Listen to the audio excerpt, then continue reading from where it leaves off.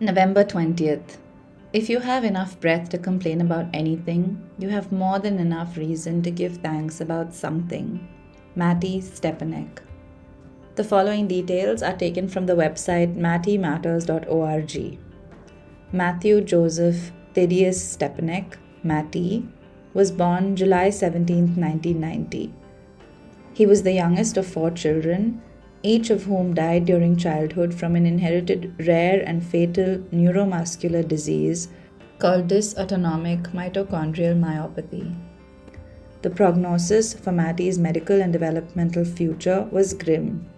Like his siblings, Matty needed a tracheostomy tube, ventilator, oxygen, central lines, feeding tubes, monitors, medicines, routine blood transfusions, a wheelchair, and other life-supporting medical interventions.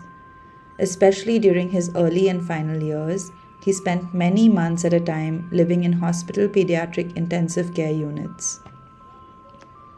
Matty defied medical and developmental odds.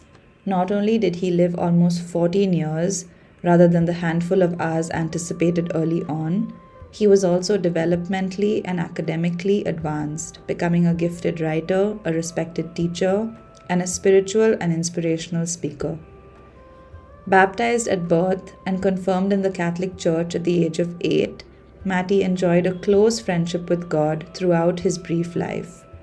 At the age of 3, Matty began sharing his heart songs, which he described as each person's unique reason for being, given to us by God and expressed through talents and gifts. He believed that his purpose was to be a messenger, shaping with words what God placed in his heart for the good of our world. He ultimately published 7 best-selling books, 6 collections of heart songs, poetry, and 1 collection of just peace essays and letters. As a spokesperson for disability and peace organizations and a catechist in his parish CCD program, Matty became a source of hope and peace for people of many ages and abilities and aspirations, bringing diverse global neighbors together in prayer and purpose. Matty's story is inspirational, but what does it have to do with breathing, which is what his quote is about? Well, one of the main systems that was affected by his disease was the respiratory system, and Matty had great difficulty breathing. He must have perceived every breath as a gift, something that we take for granted. Imagine if we were thankful for every breath, if we used every breath to give thanks instead of all the other things we waste our breath on. Well, just imagine. Today's prayer.